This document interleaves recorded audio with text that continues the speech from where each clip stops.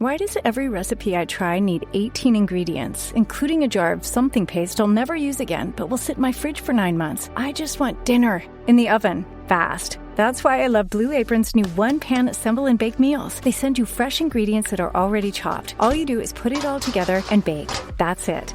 No chopping, no weird leftovers, just delicious, easy-to-make meals. Get 20% off your first 2 orders with code APRON20. Terms and conditions apply. Visit blueapron.com/terms for more.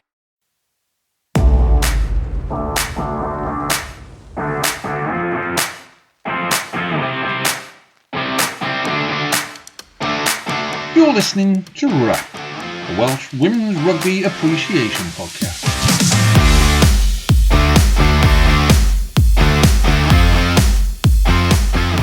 Hello and welcome back to the Welsh Women's Rugby Appreciation Podcast. My name is Hugh and I am joined by the usual crew of captains and doctors, Harley, Sian and Julia. Good evening, everybody. Good evening. Good evening. Well, not good, but evening. Yes, so this is evening. This is a slightly unplanned, unexpected emergency podcast that we've arranged roughly 24 hours after the release of the news by the Telegraph Sports of the latest sexism allegations, scandal, drama with the WRU revolving around the contracts offered to the women's rugby players for Wales, which we spoke about on the last podcast. So before we get into discussing it, I'm going to just read aloud some of the things that were written. So this article is by Fiona Thomas, who works for the Telegraph Sports. Just going to share the screen.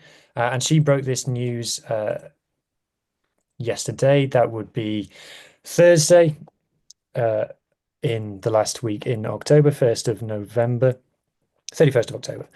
And the article says this: the Welsh Rugby Union has become embroiled in a fresh sexism scandal after threatening to withdraw its women from the next year's World Cup if the players did not sign new contracts. One source told Telegraph Sports the process left many players feeling emotionally unwell, and that some were even victims of bullying tactics allegedly used by members of the women's coaching team and senior management. This included Johan Cunningham, the team's head coach, who repeatedly approached players about signing new deals during this year's Six Nations, despite the fact the Women's Rugby Association, WRA, had been appointed to negotiate on the players' behalf. In widespread investigation, it can now be revealed the WRU refused almost all of the players' requests put forward, which included request for a bespoke performance-based maternity policy, upgraded salaries, a guaranteed rugby boot allowance, and nutrition supplements. Nigel Walker, the WRU's executive director of rugby, told players if they did not sign contracts in the summer, they would be withdrawn, and that it would also forfeit the squad's place at the WXV2 tournament in South Africa, and therefore the country's place at next year's World Cup in England. Players were given a final ultimatum with a 3-hour deadline to sign contracts and threatened consequences that included fixture cancellation and training removal. Abby Tierney, the WRU's executive director, did not want to play travelling reserves on match days and tried to shut out the WRA from negotiations.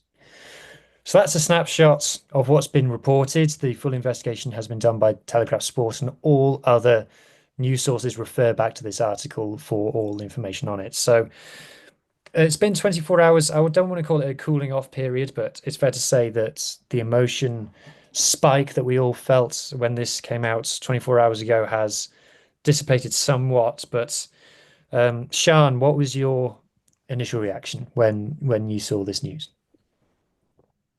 I've got to say, I was hugely disappointed, angry, and also not at all surprised. So there were quite a few emotions going on. I just felt disappointed from the sense of, I can't believe this is happening again, because it feels like we're just going around in circles and we don't seem to be making any progress. But there was so much of me that was just so not surprised as well. It was almost as if suddenly things started to make a bit more sense of what's happened over the last year. It's been such a weird year, I think. And all that stuff around September time, when things really got strange, now seem to make a lot more sense to me. And when you think that the warm-up games, when this suddenly was mentioned, there was a sort of, oh, there's contracts to be signed, and they haven't been signed. They're not signed, and I felt that was a bit odd, because there was hardly any information about it, and there was nothing. And I think we mentioned this on the pod before, that it was just sort of mentioned as a footnote. And not to go into too much about the men, but when there were contract issues with the men, it was very, very public. It was all over the news. We knew so much what was going on, and obviously the players had so much public support, and there was so much gathering with that. It was so different with this. It was just, hardly mentioned. There were no socials. There was no team. We were complaining a lot on Twitter that there was no team announcements, no squad announcements. I think Wales were playing Scotland in like 2 days, and they hadn't announced anything. We also pointed out that they hadn't tweeted about it in 8 days. They hadn't tweeted exactly, where they still had a pinned tweet about the men's autumns. Yeah. And there was just so much weirdness about that. And it from our point of view, it did look like that there was something going on. And the players didn't look very happy either in the whole of the tournament. There was a weird stuff about the team selections were strange. Suddenly Hannah Jones wasn't picked, and okay, maybe she was injured, but it was all a bit weird. And then suddenly Kira Bevan was captain. And I don't know, there were just so many weirdness. Al Cal didn't play in the... all of the current Harlequins were not on. Neumann, Al Cal, CP. Yep. Which is a little bit strange to me. A little weird. Maybe they were all injured, but it was a little bit odd. So all of that, none of that really made sense. And, we know that our performances haven't been great last year, the whole year, but the team haven't looked happy at all. So now when I think back to all of that, putting that together with this insane story that's broken, it all does start to make sense. And it's a heartbreaking story. Fiona Thomas was on BBC Breakfast News this morning. It's worth catching up. I think it was just after 7. It's worth catching up on Sounds. And that's exactly what she said. She said it's so heartbreaking. And I think you've got to remember that these are players like livelihoods, and they were under a lot of pressure to perform anyway. And I feel like we were expecting them to perform when they were under all of that extra pressure. They had no support. I mean, I'm so gutted for the players. I'm just really, there's so many emotions yesterday, because you just I feel like the players are being stitched up. They haven't been given what they need. They had no support. They're not being treated like humans almost. They're kind of just told, well, have this. And I don't even think what they were asking for was necessarily that ridiculous. They're not on multi-million-pound contracts. The contracts are, I think I was looking this up earlier. I think the average wage in the UK is about 35,000 a year. And I think these contracts were like 24k or something, or it was 23 to 27k. There you go. Like, I don't think that these are massively expensive contracts. And a boot allowance. I mean, maternity. This is just basic stuff. Well, that payment to live your life, and also as a professional rugby player, we're not going to pay for your boots. We're not going to pay for your nutrition. Those are all things that are going to come out of your pocket. It's going to come out of this paltry sum that we're giving you. 100%. Yeah. And I mean, so yeah, my heart really goes out to the players right now, because I just think, it must have been, in a sense, they probably performed better than you'd imagine under those circumstances. Yeah. So Julia, the details of the article which talk about the behaviours of particularly people senior within the Welsh setup, whether that be Ewan Cunningham, Nigel Walker, Abby Tierney, and things like the bullying tactics, the trying to corner players to get them to sign contracts, which is what's alleged here, the threats made about cancelling training, things like that. Can you imagine what it would have been like to be in that environment with that going on? And before you answer, I shall tell you that I have this bottle of beer here, and if I become suitably depressed, I shall open it and drink it live during the podcast. That's fine. You'll have to catch up to me and Harley. Harley and I are bravely already started. No, I'm glad you asked that, and it really, I think it piggybacks well off of where Sean started with it.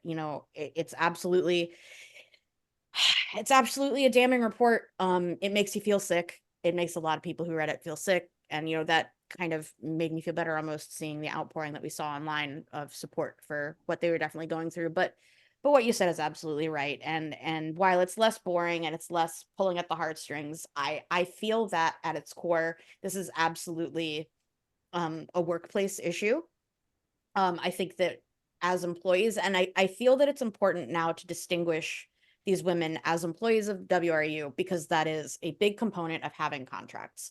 It's all well and good that you're a contracted player and that you can say that, and that, you know, that's a lot of what Nigel Walker rode on for a while. He rode on the high of we're giving them contracts or whatever. But the other side of giving humans contracts to work for you, and for lack of a better term, them owning you and your body and your time, is that it is your responsibility to provide things like safety in the workplace, like these tools that you need to succeed as a professional athlete. What WRU went ahead and did is say, not only do we not view you as worth that, while we tell you that, we are going to make you feel as bad as possible. And that's what it reads like happened. And that's really what got to me the most. And, you know, it is kind of my own personal leanings and my own rights fights that I like to have in my off time. But workers' rights are important, and it is important to consider these people as labor, because this is no longer, you know, for the longest time you could put them aside, and lots of people who are invested in Wales men's rugby did cast them aside as just, you know, they're kind of doing this part-time, they're all nurses and teachers and all of that, and they're just like playing rugby for fun, which was bad enough. But now you don't even have that. So now there's really no excuse for we treat them like shit. And not only did they treat them like shit, they said, by the way, if you point out that we treat you like shit, if you tell anybody that we treat you like shit, and if you try to change us from treating you like shit, we will take all of the toys and go home. So not only was it bullying, not only was it coercion, but it was cowardice. And to find out from Fee's article, just from what we gleaned from there, that people who are very close to the process, like Johan Cunningham, were involved in this. I am surprised that people aren't more mad.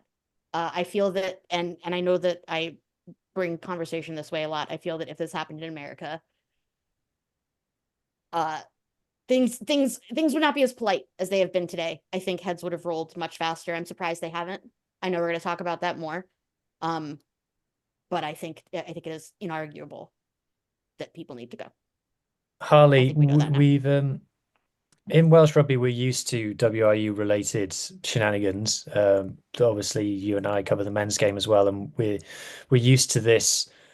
Well, we're not used to this. We're not used to this at all, but we are used to a drama every other week about it. We've had big reforms at the WRU. Does this show that nothing's really changed? It certainly looks like that. I mean, I did just before I finish off that, I did want to bring up the thing with the boots. So something that's been brought around is actually a lot of players do have to buy their own boots. But that argument doesn't really wash when you're saying that women can't have some money to buy new boots. A couple of days, you know, this news comes out a couple of days after an announcement video where players are going through what is easily a couple of £100 worth of stash each, and you're saying, no, you can't buy a pair of boots. I mean, rugby boots are expensive, particularly if you want to get higher end ones. I don't know what the sort of price range the women's players are using. I'll be honest, I don't really look. You know, I've got myself 2 pairs of boots and they total about £80. But that's still 2 pairs of boots for me for one, you know, that's one player. But it's absolutely and they last me about a year. And importantly, you are not wearing them for 6 to 8 hours a day, at least 3 days a week. Exactly. I wear them, a couple hours a week. I mean, grassroots, you know, there's a little bit more stamping going on with the boots, but that's by the by. And, you know, just accidental clipping on toes more than anything. As for no, there's also an awful lot. There's a lot of intentional. There's an awful lot of accidental, especially when you play as badly as me and some of the people I've played with. Sean's a scrum half. She'll never admit wrongdoing. It just smacks of the exact same thing. And I know we're going to get onto the WRU response in a bit, so I don't want to go too detailed. But like their answer to it is like, yeah, well, we won't. And you know, maybe you're right. This thing has no root in sexism. Maybe it's just because they just do not care and they see all their assets in terms of the players as cattle. Because it basically seemed to be what they're trying to do by trying to tell the unions, well, you know all that debt we leveraged on you, we lumped on you just so you wouldn't go bust because we didn't want to pay you for player release during COVID. Yeah, we'll make it go away, but we want absolute say on where players play, how long they play for, who you're allowed to sign. True control over a human. Yes. Yeah, it's just exploitation. It just is, and you know, maybe it isn't complete sexist, as I said. Maybe it's just maybe they're just stupid. But I mean, I feel like we were on to a loser when to bring in about change of culture and stuff. We brought in someone who was appointed to change culture for the Tory party, and I'm sorry, have you seen it? I'm sorry, that was a great line. I couldn't possibly comment. Yeah, damn. It's so true. Sean is reaching for the post office she was running before this. I'm impartial, got a great reputation. And I'm barely into the rum yet. It's just baffling, and it's all the same things of, you know, we'll listen with this, but I mean the big point is that everyone gets the thing that it's not so much an elephant in the room, because the people who care talk about it, but no one else does. If this was the men's game, we would not be getting this far with contract negotiations, because as soon as the players even consider going on strike, that's it. News off, you know, there's a huge press conference because all the journalists get in, and I'm just wondering if it hadn't been for Feed Thomas, would this have got out? Like, who are the eminent Welsh-based female journalists? Like, is there a women's rugby specialist at Wales Online? No, there's barely rugby specialists there. You know, BBC Wales, there's no secret that, you know, the sports section's being cut to his bare ass because the corporation's going bust. Fuck knows what Sport in Wales are doing. You know, that just seems to be advantage of two former players. So it's all about getting. There doesn't seem to be anyone championing the Welsh women's rugby team from the media perspective, is there? Exactly. And we know a lot of them end up having to rely on wherever, and of course, as we know, most of them play in the PWR. A lot of them have started relying on wherever their PWR club is, their local folks, because even, you know, some of us in the chat are Bristol fans. I'm a Bristol fan. And I know a lot of them will just go to local journalists and talk about it. Yeah.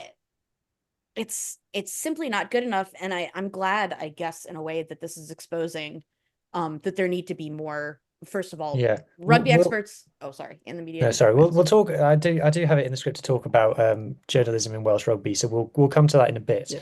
Just want to talk some responses around social media. So you alluded to it, Julia. There's been a huge outcrying on social media. None less so than Jem Hallett, former Welsh rugby player, says, "Wow, I'm floored. This is the most unexpected, disrespectful thing to happen since the last time something disrespectful like this happened. Never not disappointed by the lads in HQ." And she goes on to do quite a lengthy thread. Former Wales captain Melissa Berry also spoke about it. Welsh Women's Rugby says, "Wow, just wow, when you think the worst is behind you." Stella Mills says, "So how can things go this wrong?" Back the Girls podcast, trying to find their comment here. Shout out to them, big love, great podcast. I can't find their response now. I'll find it in a second. But just generally, I know they will be equally angry. So absolutely. And we'll be listening. Here we go. I found it now. If anyone involved in this situation would like to discuss it on the podcast, that would be brilliant. But of course, if you don't want to be named, then I would happily share your story anonymously. So get in touch with them. I know they've been going a bit longer with us than us. So all love to them. Yeah, and I could go on and on and on. We've had loads of responses to our tweets that we've put out via the official pod account and individually as well. From my point of view, the particular one that shocked me was Nigel Walker allegedly threatening to withdraw the team from the Women's World Cup. Yeah. I really hope you speak on that. You spoke really well about that on Twitter. For not signing the contracts. It's unbelievable to me that someone who works for the national union for any sport would even think of withdrawing their team from the World Cup. It is literally the definition of unthinkable. It undermines your sole purpose for being, your raison d'etre. How can you possibly claim to be acting in the interests and the best wishes of your sport. What are you doing? You're the head of the you are the head of a sport for a national country.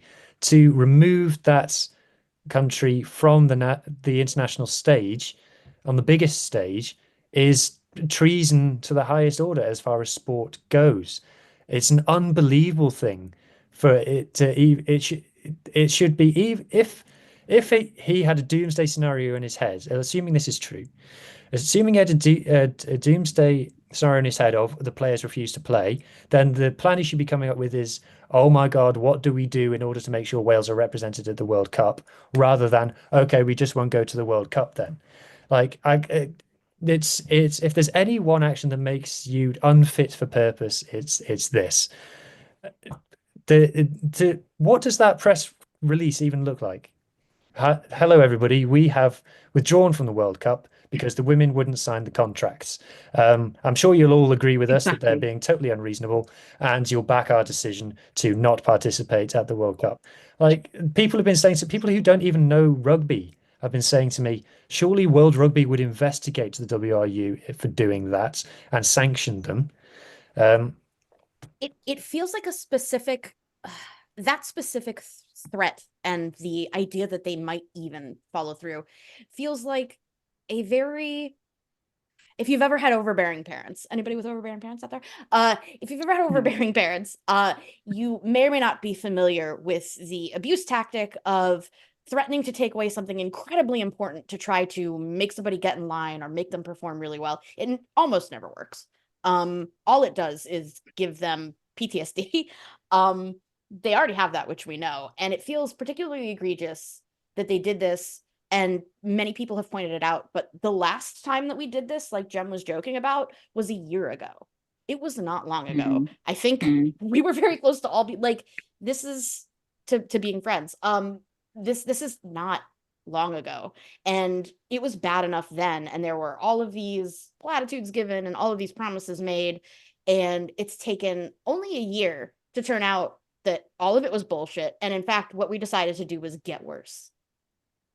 Yeah, I think was it Melissa Berry who said on that tweet that she didn't think it could have got any, like, we'd already passed the worst point, you know?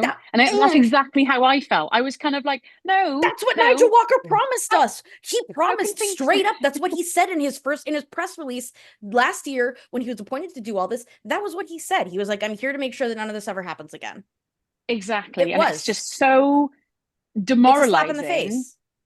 To be basically like, oh no, it's like, no, Sian, this isn't the worst, actually. Wait till we got what's coming up next. You want the worst? We can make it worse. And that feels like an abusive parent. I'll give you a reason to cry. You want to cry? I'll give you a reason to cry. I gotta say, right, I've defended Nigel Walker in the past. So Nigel Walker was a hero of mine when I was a kid.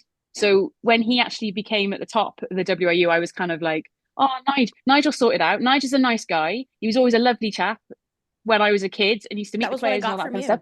Yeah, honestly, he seemed like a really, really decent guy. So this, like, yeah, that was part of what really upset me about yesterday. Actually, I was like, how I kind of feel like he was one of my heroes, and you feel kind of like let down. It was all lip service, and it was all 100%. Yeah, it's a very different reflection looking back on some of his quotes. Go on, Harley. I mean, one of the things I wanted to hop on was basically because obviously we pointed out that the Women's Rugby Association.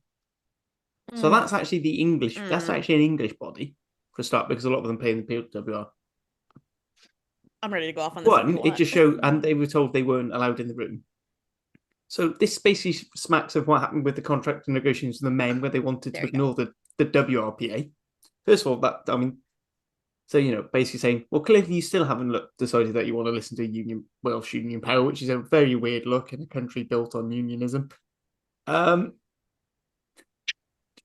Just saying, there's a reason why the UCU in a sector which is quite middle class and anti-Tory has very strong input, has like very strong membership, very strong strike. People are actually going on strike when they vote for it in places like Cardiff and up in the north. Like, there's a cultural reason for that. I mean, the other thing is, why aren't the Welsh Rugby Players Association like? Is it just for men? Because there's nothing to say it's just for like why that is a are they question that we not have coming that's in to hanging help right now. I mean, Why haven't that's one of the things we've pointed out is when shit was bad for Ireland, we had there was an Irish player who basically got dropped for a couple of games because he spoke out about it. There were some issues with the South African women, and you get Sia Khaleesi coming in to show support. Where is ours? Where are the Wales men's players? I know they've got their own shit to be dealing with. I wasn't expecting them to turn up at the WXV when they're all playing their own games in Wales, because that's a hell of a long flight just to do a show appearance. But the noise has been deafening, and I don't know if it's basically because whatever same thing is stopping the current Wales women players speaking out is applying to the men as well, which just further entrenches this toxicity. But like, come on, there's a few who've recently retired who should be coming out in arms and saying that this is just typical of what we've seen or whatever. Other on the whole thing of like, because we've had responses saying, "Oh, where's the evidence?" And when like goes what Hugh said, who on earth comes up with who on earth imagines something like Nigel Walker, someone who's supposedly bringing in to fix this? Oh no, we're going to pull you out of a showpiece. It just doesn't compute. Like, there's a lot to be said for waiting for establishing evidence. But sometimes, if it walks like a duck and quacks like a duck, and by the way, it was a duck last year. This is the thing as well. You've also got track record of it. You have a horrible track record, and it is recent. Yeah. So just to reminding us. go on the comment, what you alluded to there about the WRA. So it says that with the talks stalled, the WRU then changed tack and tried to discourage players from using the WRA and offered to pay for different independent advisors. I don't know anything about employment law, but that seems like a kind of thing that should be not legal. I do, and it's not. It is. I feel like as soon as you're paid by one of the parties. Just going to read this bit. It is now known that the team's preparation leading up to the competition, that competition being WXV, was disrupted after the WRU escalated contract negotiations. The WRU the WRU issued the threat of disciplinary action after the players refused to attend a meeting at the National Centre of Excellence about contracts. The invitation was not extended to the WRA. Despite the WRA first making contact with the WRU representatives in early February, players were cornered, but individually, by members of the coaching management who attempted to talk them into signing deals. Ugh. I almost parts of me almost wish, only because I don't know UK law nearly as well as I know American employment law, but God, I wish this happened here, because they would be sued by 3 different parties. This is insane. You can't tell somebody that they don't get to have their own negotiating representative. This is insane. No, they wanted to corner people that they don't know their rights. A lot of these girls or a lot of these women are young. And if you get them alone, they can't talk to each other and come up with a plan. It's genuinely what, like, the Pinkertons, like, this is strike breaking. You do get a sense of it's like the power of a load of old guys or older men over, intimidation. More naive younger women. Yeah, exactly. Intimidation. Yes. I'm in charge of your entire employment. I'm in charge of the rest of your political career. No, none of them are going to fight you. That's coercion. Yes. So let's get on to the WRU response then. So there was a WRU response given in the Telegraph article initially, which is from Abby Tierney, which says, in September this year, the Welsh Rugby Union proudly issued 37 new full-time professional contracts to Wales women players. None you can live on, but they sure did. The move for the first time included many extended 2-year deals, because 2 years is a long time, and makes Wales women one of the best played international teams in the world game. The Telegraph article suggests that these deals are worth between £24,000 and £30,000. The WR board were made aware in August by the players that they had concerns. So remember that it says that the WRA approached the WRU in February The WRU board were made aware in August, is what the WRU say, by players that they had concerns with the contract negotiations. The WRU welcomed this approach, and the WRU chair immediately initiated 2 work streams. One was completion of the negotiations, which feels like the work stream that was already happening, with a core team, and the second was a board-led review. We shall discuss that in a second. The WRA themselves have issued a statement. When Abby Tierney got involved in the process, she approved the payment of the travelling reserves, match fees, and engaged regularly with the WRA. They go on to say that they are proud to represent the women of Welsh rugby, and I've got it here. We are proud to support and continue to give PWR players and our work with the Welsh squad. However, it wouldn't be appropriate to discuss the detail of confidential negotiations. We wish the Wales squad the best of luck in their preparations for the Six Nations and the World Cup. Now, I think they've gone on to expand on that in the BBC article. So I'm going to cover the BBC article next. I'm not sure who got hold of this first, but I think we first all saw it in the BBC. So, I think so. This there isn't a name against this, I don't believe. So the Welsh Rugby Union is to apologise. Always. So they're not. They haven't yet. They haven't yet. No. Maybe. It has come. Sweet. They don't know what tomorrow. They don't know what they're sorry for yet. They need to talk to their lawyers. Yes, it has come out in the news that they have done something wrong, and they are talking about it maybe turns out. WRU Chair Richard Collier-Wood and Chief Executive Abby Tierney admitted serious failings in the process, and it was absolutely clear the governing body should say sorry to the players. This came out 24 hours after the Telegraph article. The Abby Tierney had already, as I said, issued a statement to the Telegraph, which was printed in the original article. This is a subsequent statement after the article came out. This is not Richard Collier-Keywood said, "This is not a good day for us. We totally accept that.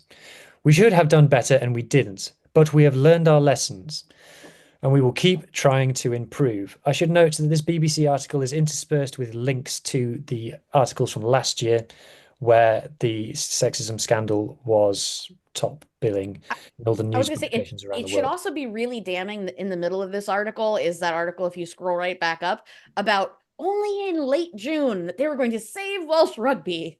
Yeah. Yeah. Interesting. I know. So the WRU, as they said, have initiated a review into the process,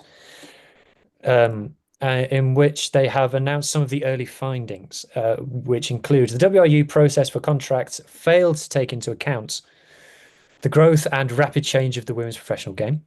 Parentheses that they're worth any money. What? Parentheses that they're worth any money. No. The WRU executive leadership accepted it was a mistake to issue a 3-hour deadline. We shouldn't have threatened them. Strongly differing views on how to develop women's rugby in Wales. We shouldn't have threatened them. Players were inexperienced at contract talks, but were left isolated, which is what someone mentioned a second ago. Players considered strike action before the friendly against Scotland. The number of articles I'm reading about players threatening strike action these days is unbelievable. A lack of clear communication or transparency around the contract talks, which again we alluded to a few moments ago, which created heightened emotions. It's bloody women for you, isn't it? You know, always just so emotional. I can't have a baby. I can't have a baby. I don't have boots. No one's paying me. You're threatening me with not going to the World Cup. You're so emotional. Women are always saying emotional about You're rugby so boots. emotional about going to the World Cup. Made worse by poor behaviour from all parties at different stages. And these girls were mean, by the way. Always invoke Donald Trump talking about race riots when giving very mean. Very, very mean, he said. Michelle Obama was very mean to me. Yeah, and sexism was not part of the motivation for any failings, Collier-Keywood went on to say. There are some sweeping criticisms in the report, as well as some strong recommendations. They had 36 recommendations, but a year ago.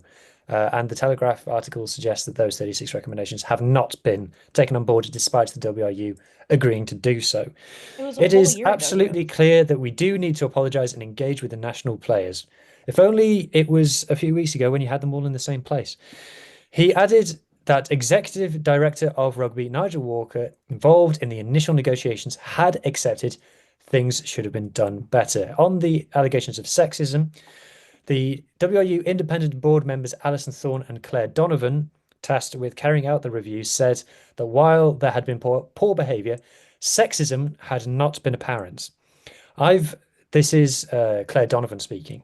I've reflected on all of the conversations we had with all involved over more than 50 hours, which is more than a working week, and that sexism did not come out. I had a 15-year playing career in rugby at a time when sexism absolutely was very much part of how teams were treated, but I honestly did not get a sense that this was part of the grievance or the decision-making.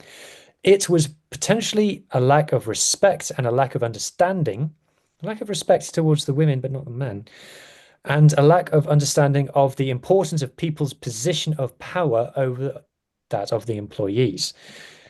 There is a real this didn't seem so bad when I was reading it in my head. There's a real determination to make things better for the Wales team, but we have lost our way in some of the conversations going forward. How? I mean, I'll pause there for a second, and I'll ask anybody can respond to this. If not sexism, what was it? Well, I mean, you could always say never confuse incompetence with malice.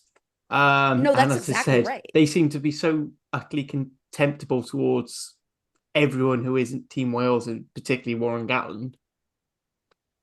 Well, and they are absolutely against. Okay, I need to reel back. They're probably not against the idea of workers having rights at all, but I kind of, in like a horseshoe theory way, like kind of agree that it probably wasn't sexism this time, only because they treated the men this poorly. They I mean, not as poorly. It always has to be a little bit more poorly, but there was malice. They're and so incompetent. I think there was malice and incompetence with the men too, and the men have and they have a different antagonistic relationship with WRU. That's for a different thing. You guys have several pods. There is a bit of antagonism between Wales men's players and the WRU. Okay.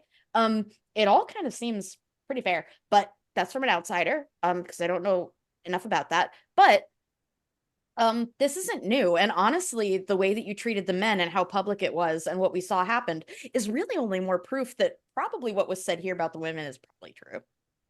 I think they just seem to. It's like an overbearing headmaster talking to. I told you, the overbearing parent. That you are, the parent. That we know better than the players and all this kind of stuff. Yeah, and to be honest, there's something about some of that response is a little bit like a narcissist relationship. Yes, when the bully's kind of gaslighting a little bit. I don't know. It just it absolutely is. There's absolutely an essence of that when you are telling these like 19 and 20-year-old women that it's just like, oh, don't worry your pretty little head. I promise you this is a good contract. Well, former Wales wing Jess Kavanagh is quoted in this BBC article. I hadn't read this. This has been added subsequently. She says, we've been hearing apologies for years about different things happening in the WRU. Apologies mean nothing until we see change. The girls are still not happy with the contracts, and to be forced to sign your contract is blackmail in itself. These are the words of Jess Kavanagh. We in 2024 shouldn't have that happening in any workplace. It's hard to come back from things. Do they still have the same respect for the staff? You've got to respect and want to play for these people. I think that is so perfect. It just sums everything up for me. And by the way, that's another former player who is seriously in a really who is partnered with another former player. They know firsthand. I just can't. I'm exhausted by all this. If something else happens and it's awful and oh no, this is terrible. It'll never happen again. We're so sorry. Well, not really that sorry, but but just nothing ever seems to change. And honestly, I am so fatigued by the lack of there doesn't seem to be a real.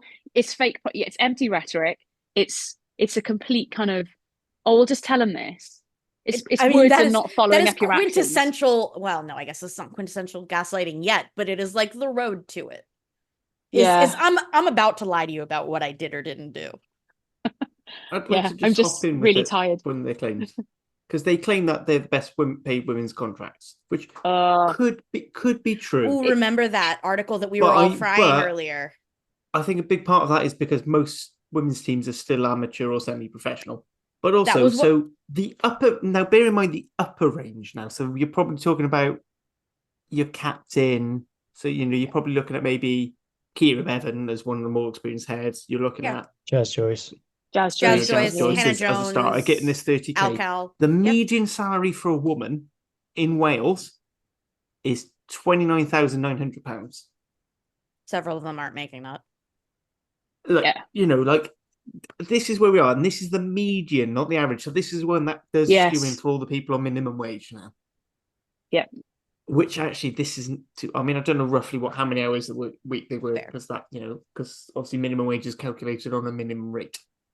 Yeah. And it's and by the way, actually, that is a part of this narrative, is that it's very hard to quantify what work hours are for a professional athlite, which should make close you to want 5-6 days a week.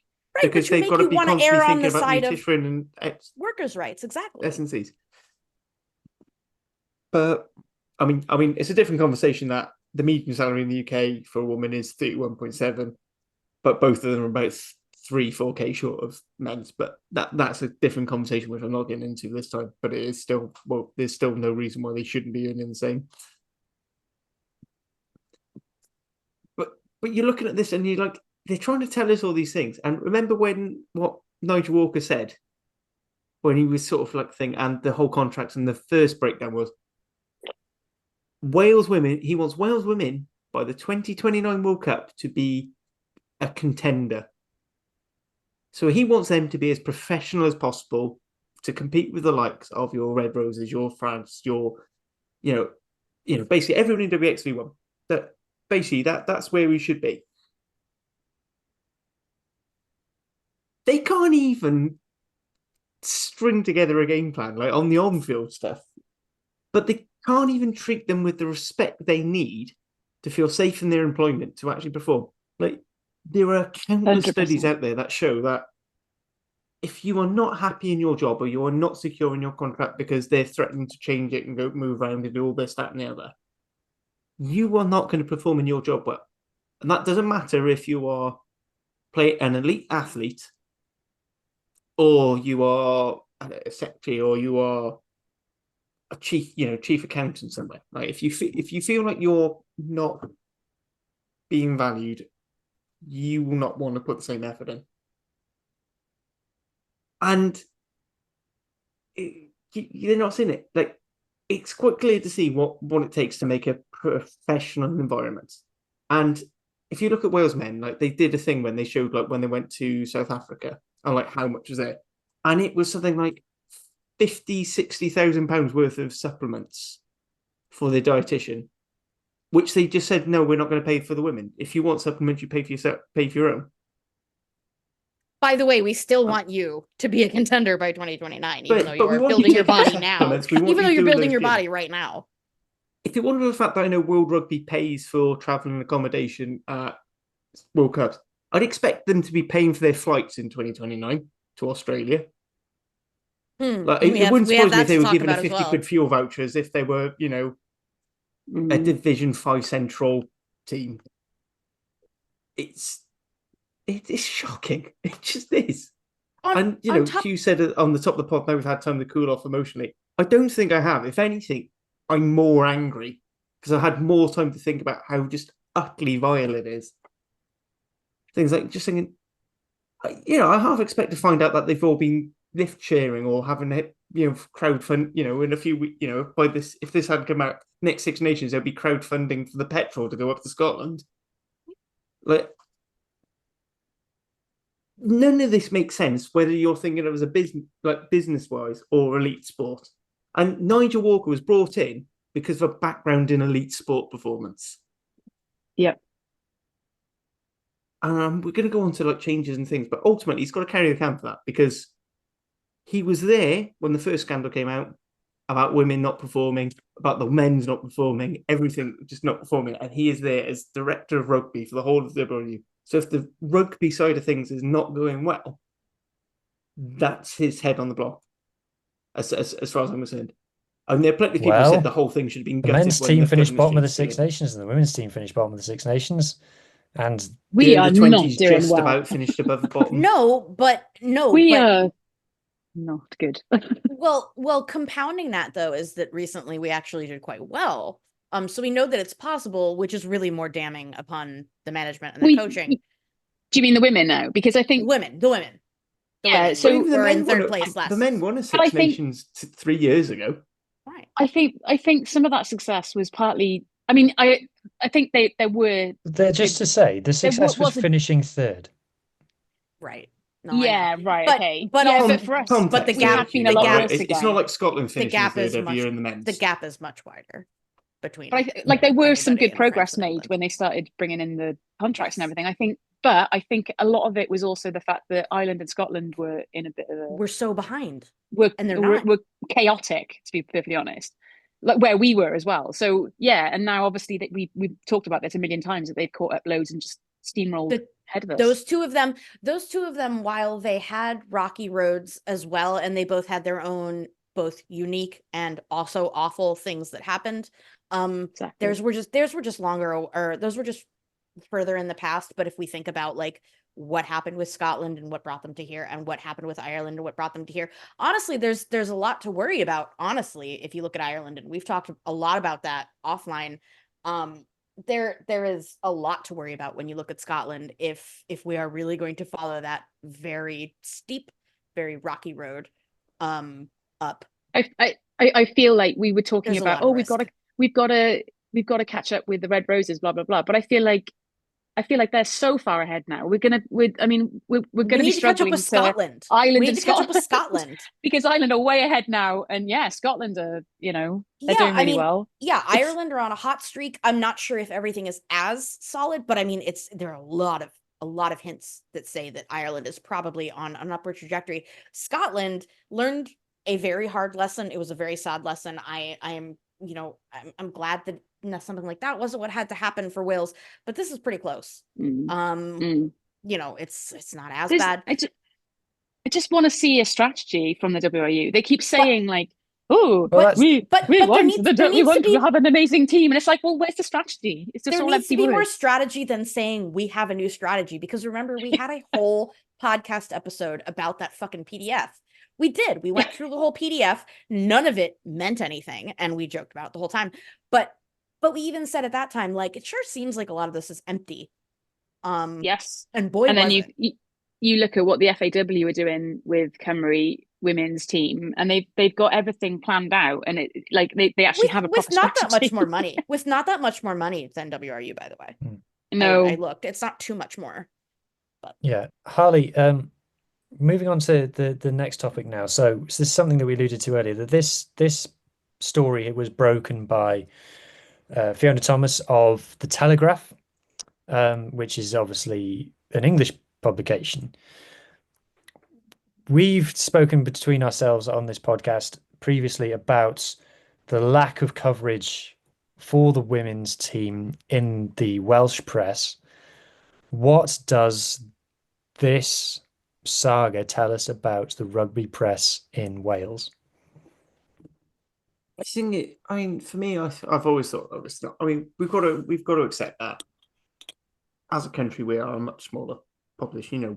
We're smaller than like regions of England, like that. We've got to accept that. That doesn't mean that the journalism we do have should be at a lower standard. I mean, we're talking about our main source of news in terms of rugby sense is Wales Online. Yes, BBC Sport, but that gets updated up and down with all you need to cuts. But Wales Online is there. And you look at all you have to do is look at their rugby headlines post things. And the other day I looked at it, and it was about France having their, so these are the Welsh rugby headlines. So France having an alcohol ban, Stuart Hogg being made captain, or playing 10 for Montpellier. Right. So far, I've not had any Welsh stuff. There was a bit about Lewis Rees-Zammit, who's no longer a rugby player. I mean, Lee's Welsh, so we're moving in the right direction. But like, it's very like it's the Welsh rugby part of the rugby the rugby part of the section is almost ironic. It's it's like yeah, we all talk about anything other than rugby. It's like a lot of rugby podcasts, to be fair. But it's just not like there doesn't seem to be anyone hard hitting. There's never like regular news. You don't hear about. Like there were no articles about Jazz Joyce's excellent try for Bristol Bears last weekend. I know they're playing right now and it's not being covered, but you don't see that. Whereas like Cardiff have got a contract negotiation coming up now, and there's been about 3 articles about that. We don't get the same from the women's side and the women's coverage, and even the way the WRU handle the social media for the women's, yes, all right, with all this coming out, it makes more sense. But the first post they put about this warm up with Scotland was the team announcement. And I checked, and that was the very first. We had a player having their 50th cap in the game against. Oh my god! So it was. It wasn't the Italy game. It was the game before. It was the Japan game. It was the Japan game, not the Italy game, wasn't it? It was the last game of WXV. No, it was the game before, and then they celebrated it at the Italy one. They celebrated it. Yeah, I think so. Yeah, but they didn't even mention that. Like, we had a series of posts with Alan Jones. First of all, reached Richie McCaw's record with his British and Irish Lions and Wales caps. We then had one when he broke it outright with Wales caps. And then we basically had one every time he got another cap. I mean, they put a post about someone's birthday over someone getting a 50th cap. Like the randomness. Like, it's just so... Oh, so-and-so played for Wales in... I don't expect much. 1990. I was going to say, it's some guy who retired in 93. They've only just started posting stuff about the regions, so...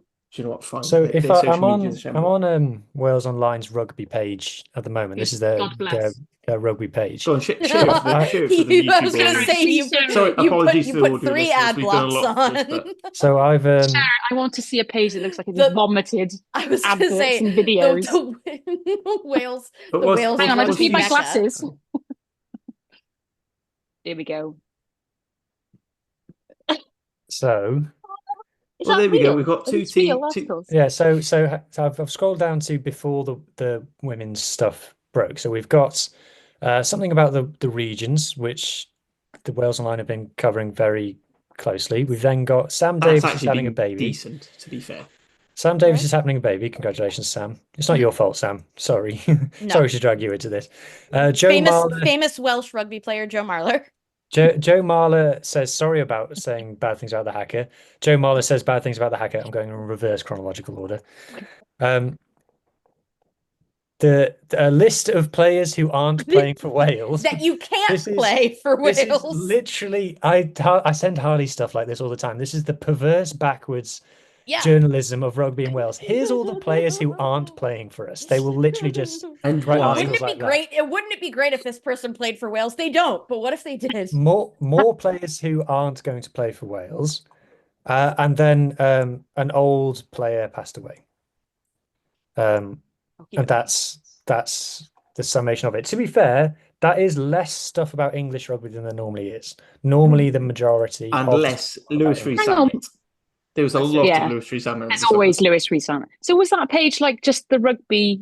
Like that's just if you put rugby in the website. Wow. Unless you go down, it breaks down to individual regions, and then it gets really wishy-washy. I don't believe there is a bespoke page for the women. There's Cardiff. No, they have which says it all. They have the four pro clubs, and I've tried Wales. many times. Welsh Premiership, and I'm I don't think I've ever seen. I think I've only ever seen like Six Nations, or like the. Just sorry on that. Sorry on that. I hadn't checked that before.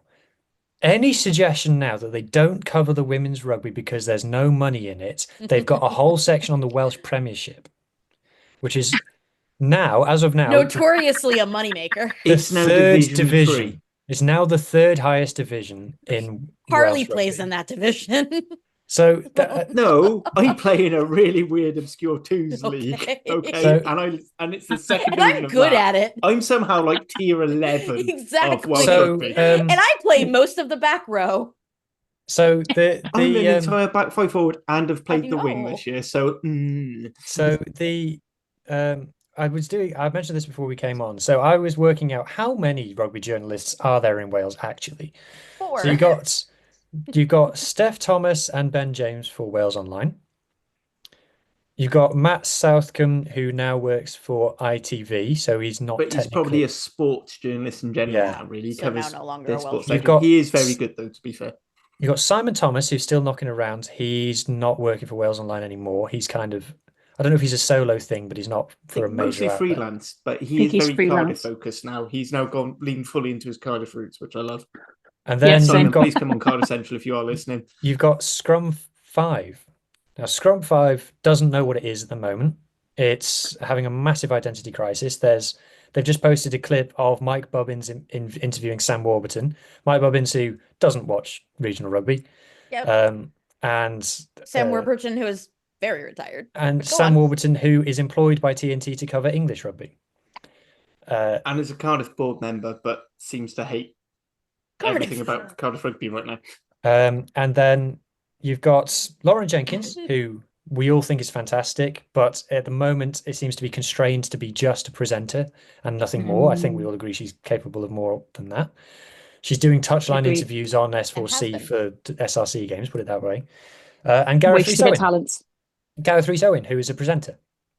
But those 5 names that I've mentioned, 99% of all content that Welsh rugby fans receive comes from one of those 5 people. And we've just covered the Wales Online issue, and we know that the Wales Online journalists have got very specific personal agendas because they tell us about them constantly in their opinion pieces. And once you're outside of those, you're into the English press. You've got someone like Alex Bywater, who works for the Daily Mail, who mostly covers English rugby.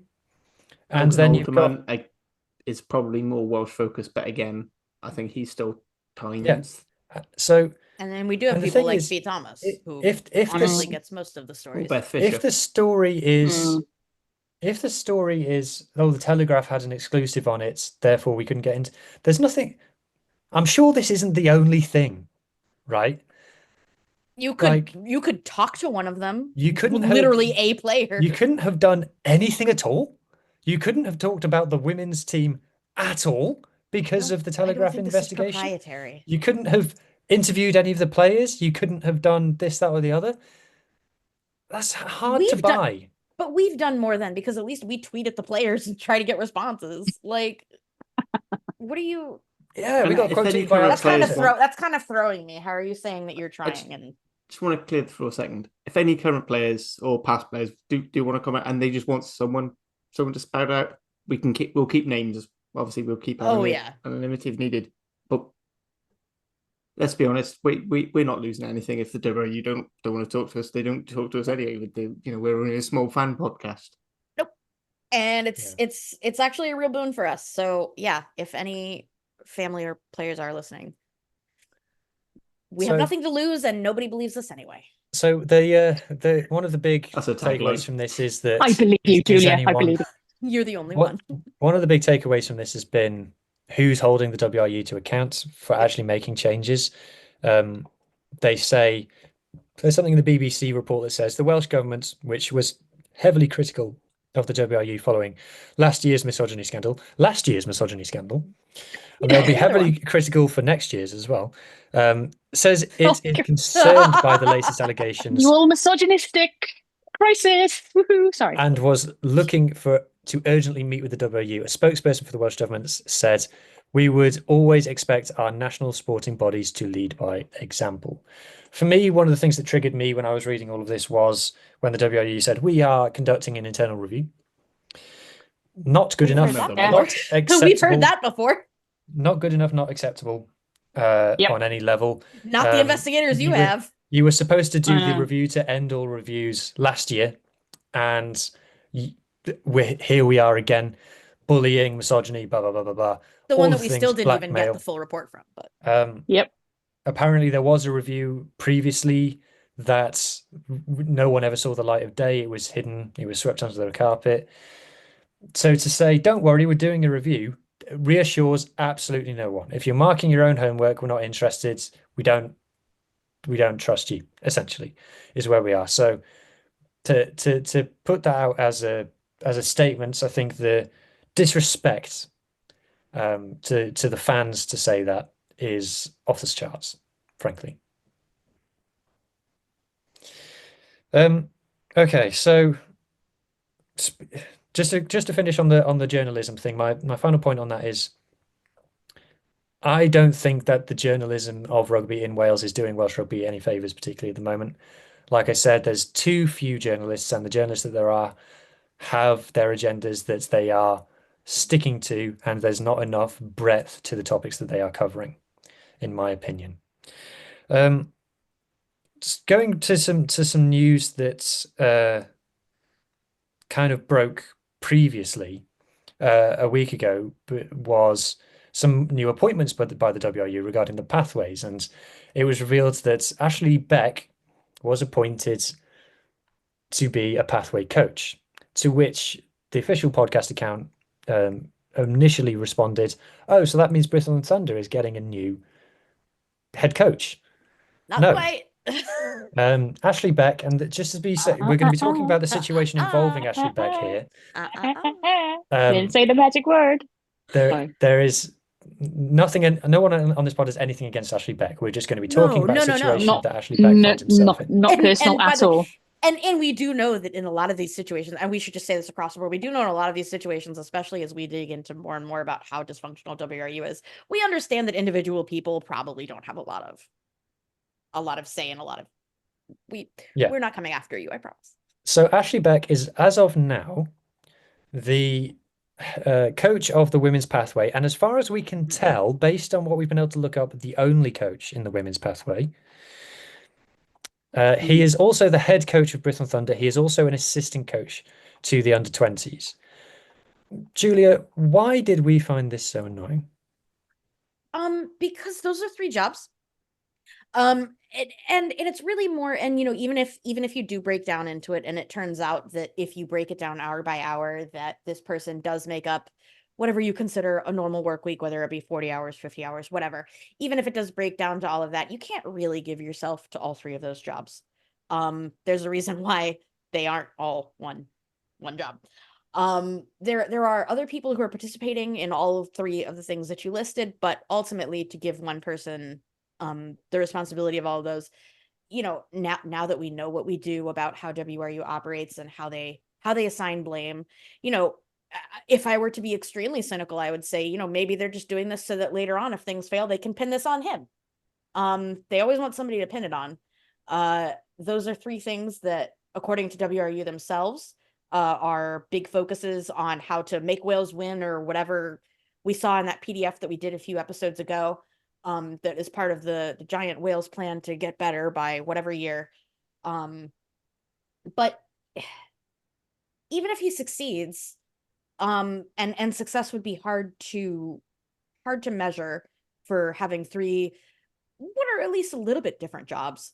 It would be hard to gauge success in any one of them, and if any one of them fails, there will be a cascade effect. So I'm just kind of scared. Because it seems like another effort of laziness by WRU. Maybe it's not, but it would take a little bit more time to maybe look for more people, maybe look for women who have come through the pathway. God knows there are several of them coaching right now. Well, this comes to a wider point about why are there no women's Let's coaches go. in women's rugby? Exactly. We can go in there. In Wales. Well, anywhere. And well, it is there are anywhere. some. And there are, and how come they've left? How come Rachel Taylor is coaching in England? Why can't we have her coaching? So I just want to address the chap who tried to convince us that actually Ashley Beck was doing this job all along, and this isn't a new job. Congratulations, you successfully have been living rent-free in my head ever since you said that to me. Yeah. So I just want to read verbatim what the WRU said. The Welsh Rugby Union has boosted its national pathways with 2 new key appointments.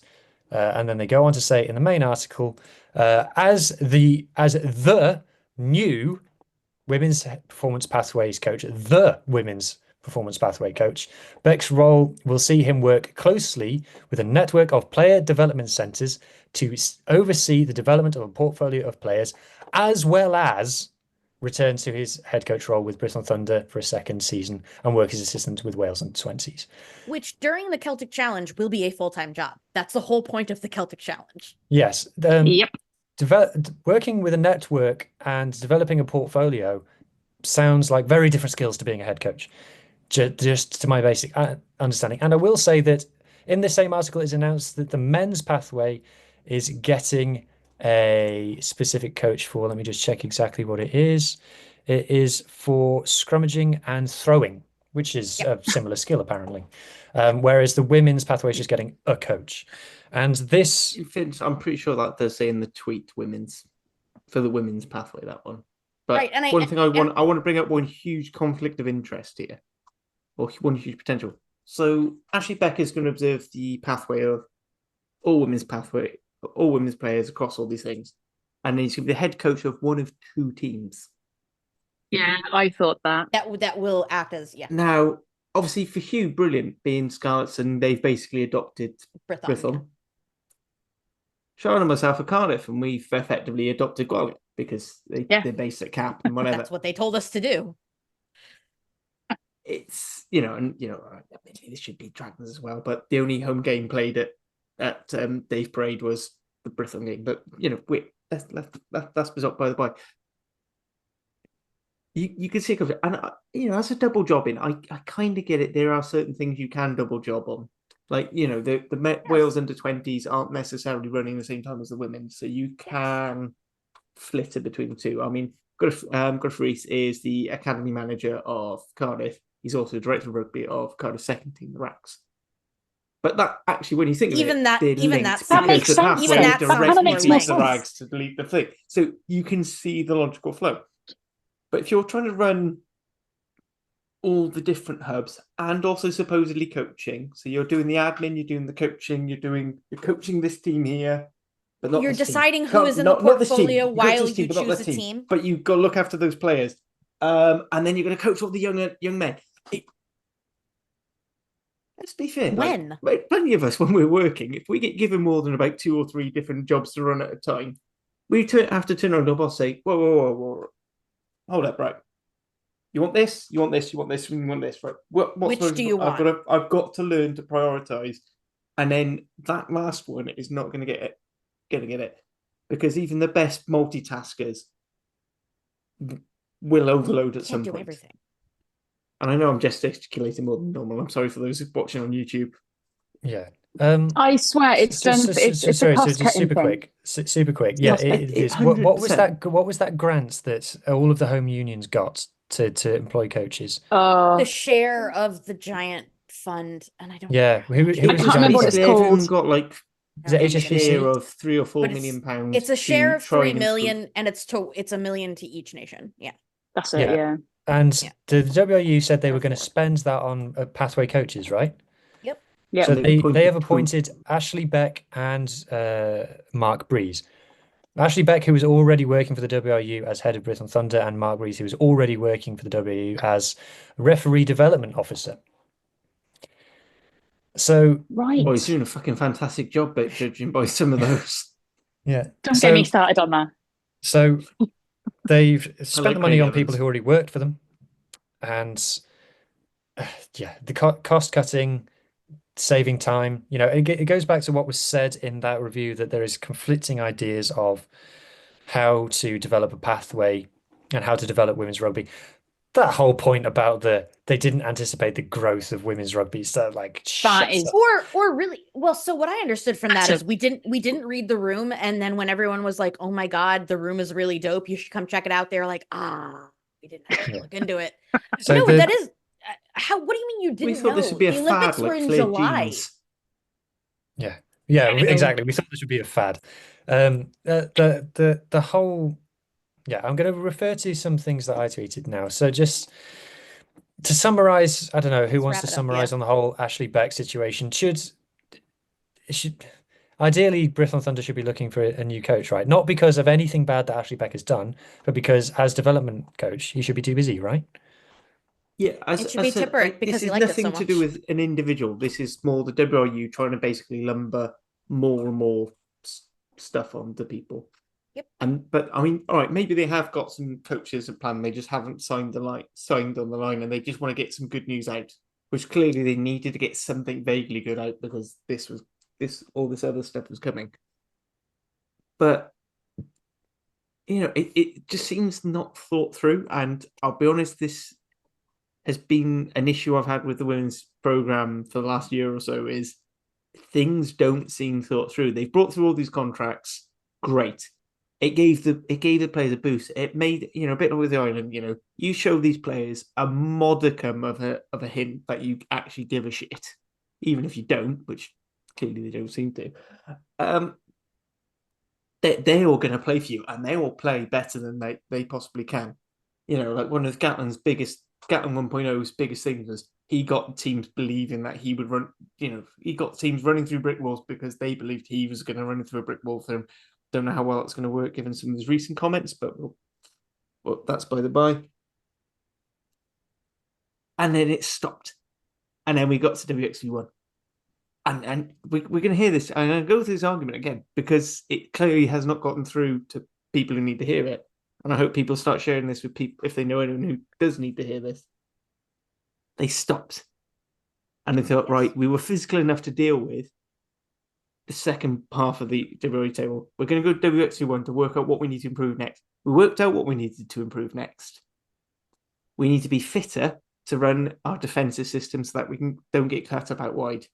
We need to work on our skills so that we can actually do something more than so that when we're up against a pack who's unequal to us, we can't just steamroller them.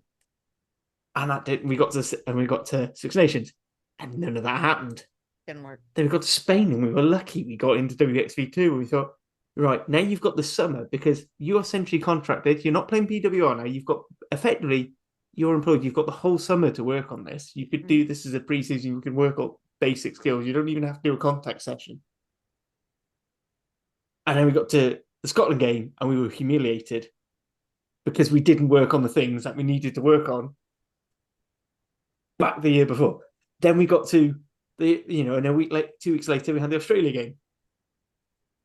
And by hook or by crook, the players were like, yeah, let's get this because we want to go into WXV proving ourselves. Momentum, yeah. And that seems off the players' back. Then we got to WXV. We got absolutely frustrated because they actually had plans hidden. They didn't have to give every last venture to themselves in that game. I think they do. Yeah, Jo Yap is not a fool, is she? And I think that first game, Australia were actually lost it rather than Wales won it. I know we scored in the last minute and all that kind of stuff, but Australia should have beaten us, really. Yes. And I think that they just learned from it like a proper professional team. Like a proper team. Yeah. To just kind of draw a line under this bit. So these quotes from Nigel Walker have resurfaced. These are from 2022. These have been tweeted by Katie Sands, who now works for ITV, I believe. So she tweeted, if money were no object, we would have 40 players on full-time contracts. Of course we would, but we live in the real world. We've gone further than we thought we would when we originally came to this process. That was in 2022. Less than 3 years later, 37 contracts have been handed out. So that's something of a backward step on that. And then he also said, I can scroll down quickly enough. It doesn't mean it'll have the most money or the most players on contracts, but in terms of ethos around the program and performance being at the heart of everything that we do, it will be the best program in the world, and we're committed to doing that. And that's what he said in 2022. And so the WRU are currently boasting about how much money they've spent on the contracts, and the WRU internal report, as I said a moment ago, says strongly differing reviews about how to develop women's rugby in Wales. From my point of view, I've gotten the vibe since we've been doing this show that the WRU is doing women's rugby because it has to. It's thought by some people that's part of the reason that South Africa did not get the Rugby World Cup last time around was because it did not have an appropriate women's rugby program, which it is now fixing. The Celtic Challenge has been set up with World Rugby's money, not with the WRU's money. Those coaches that we spoke about earlier have been appointed using the money that they got from a grant that everybody got. Well, at least that's what it appears to be to my eye. Whose money are you throwing in? And there is no plan. There is no original thought. There is no critical thinking. There is, oh crap, everyone else is giving contracts to the women. We better give contracts to the women. Where, like I said in the previous pod when we discussed the contracts, I would rather not give contracts to the women and put that same money into the pathways, which is what Scotland have just done. They've given 45 young players support to get through academy levels. So yeah, it's clear to me that we're nowhere even close to a strategy for women's rugby in Wales. Like we said, Julie, we've spoken about the USA is creating a domestic league that may also benefit Canada. We don't know. That is looking about building from the bottom up. Every other nation that is in, okay, that's an overstatement, but certainly, and I'm thinking specifically about USA and to a lesser extent Canada, but definitely USA. You know, I have a lot of problems with USA Rugby as an organization. Everybody would say that about their national union, but what I do appreciate here, and what is at the crux of that discussion you and I had, is the understanding that in the beginning, you are going to put a lot of money in and you're not going to see a lot of money out. You'll probably not see any money out.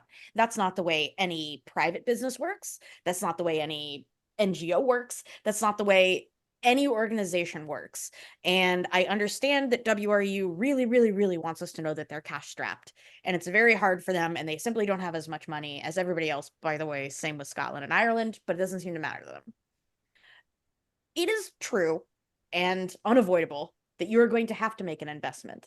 And WRU really likes to tout what investments they make. And in fairness, considering they haven't seemed to get like an actual public relations person, they're very good with making statements about the wonderful, huge investment. They're very Trumpian, very huge investments they've made. We're going to make the best contracts in the world. You know, we would love to be able to do this, but we simply can't. We bought a hotel and now we're building a skywalk, but we simply can't.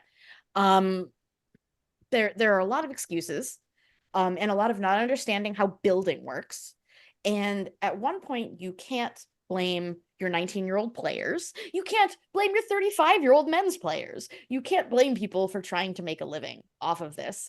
WRU needs better management. We're not the first pod to say it. Everybody says it. I'm one of the last people to understand it even. However, it's very obvious on paper. This is just kind of a symptom of that. I feel like we have such a need to pathologize all of this because we really want to make sense out of how badly they've cocked this up. But it really might just be that, like, they don't understand business. I don't know. No, they don't. I don't think. I don't know. The WRU, honestly, please take it. For decades now, I've lived through the WRU just not having a clue what they're doing. Yes. You know, and this was supposed to change. Exactly. And it hasn't, because they didn't get a CEO who could. But God knows you make so much noise about how much you're going to change.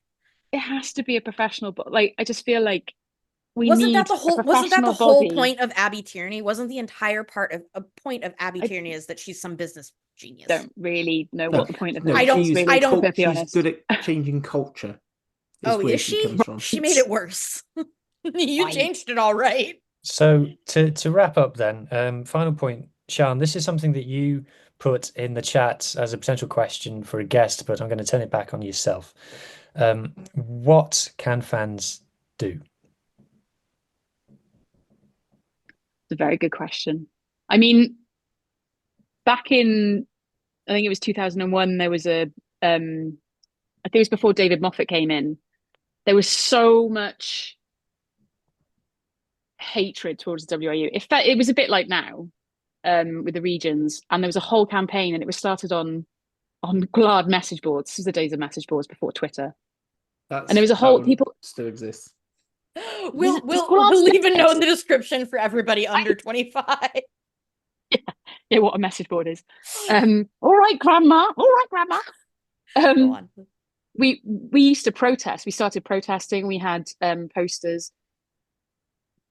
Change did come eventually when David Moffat came in, and he was a very polarizing kind of guy. Obviously, they brought the regions in, but we kind of needed that change. Yeah, you needed someone to not compromise anymore. You needed someone to say, "This is what we're doing." He absolutely pissed so many people off. Organizational change is very rarely comfortable. Right, you need that, and as civilians, as Julia likes to say, we have to make. I don't know if it does feel right now that no one's really holding the WRU to account. We need to, does the Welsh government need to step in? As fans, the WRU takes us for granted, and I think they have done for forever, right? And I think there's got to be a time when I was at the football on Tuesday night, and honestly, I was literally thinking, this is all before this kicked off. I feel like more at home now at the Wales women football matches. They want you more. It feels less adversarial. It truly feels adversarial. There's a strategy, and I feel like rugby fan. I feel like the players love playing for Wales. They're obviously love it. They love the environment. They're having a really good time. I mean, it's not just about that. They've got a coach who's really articulate and coherent, and she knows how to run a professional sporting team. She knows how to coach women at professional sporting level. She's made a massive difference. Has done it herself. Yeah. I don't know. There's just so many parts of that. And I'm just thinking, I wish the WRU had that. And I do think the WRU are at risk at losing people like me. Yes. And on top of all of this, they also, and we're not going to get back into it because I know we're wrapping up, but they did have the audacity to trot out Hannah Jones to come say, like, please don't leave us. Like, please give us faith. We're going to come do better. When, by the way, for all the jokes that we've made or whatever, like, I will come defend her. But this is the thing, though. I want to support the players. I don't want to be like, I'm not going to go to the games because I want to support the players, because at the end of the day, they are who we always joke about it. They're our friends. We love them. Yes. But it's so hard right now because you're kind of feeling like they're not going to. It feels like nothing's going to change. Who's going to protect them? We can't, and we seem like the ones who want to protect them most. And it feels very demoralizing to feel that way. It's getting to the point now where people are talking about, I'm not going to go to games. I'm not going to wear my Wales jersey. I'm not going to buy any merch. I feel like it. Which is really far for a Wales fan. And I say that as somebody who was an outsider and is now an insider. It's hard to get somebody. No. It's hard to get somebody to stop loving Wales. It's extremely tough. And I have to say, you really have to work hard. When this news all came out, and I had thoughts, and I messaged Harley. I had thoughts of, I don't know if I want to show my support for Wales at this point in time because of all the things that are going on, not just with the women's game, with other stuff as well. And it just makes me think about my granddad, and that's extremely difficult for me. And that's the situation that the WRU are putting fans in now. And it shouldn't, this is our hobby. We're supposed to be doing this for fun, and it's not fun. So we're going to end it there. It's a very difficult part, a lot of emotions. I'm pausing just to remind my friend and colleague Harley he needs to have his finger over the stop record button. And thank you to my panelists here to speak through this. We do intend on coming back as the Women's Pod to speak about women's rugby in general. We want to really get a highbrow conversation going, talking about women in rugby, women's sport, talking about topics that no one else talks about, to really get in depth. We want to do previews of the Celtic Challenge. We want to talk about the Celtic Challenge. So we will come back and we'll do that. But it was important for all of us to talk about this topic as well. And it has been difficult, but as people who have a women's rugby podcast, it would have been incredibly wrong for us to not. So thank you for everybody for listening. It's been a long one, so appreciate it, and we shall speak to you next time. Cheers.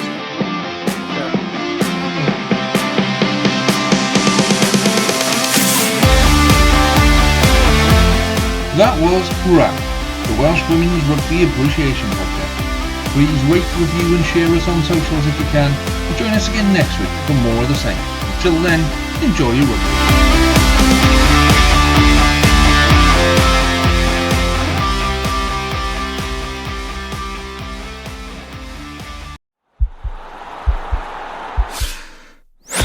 This podcast is part of the Sports Social Podcast Network.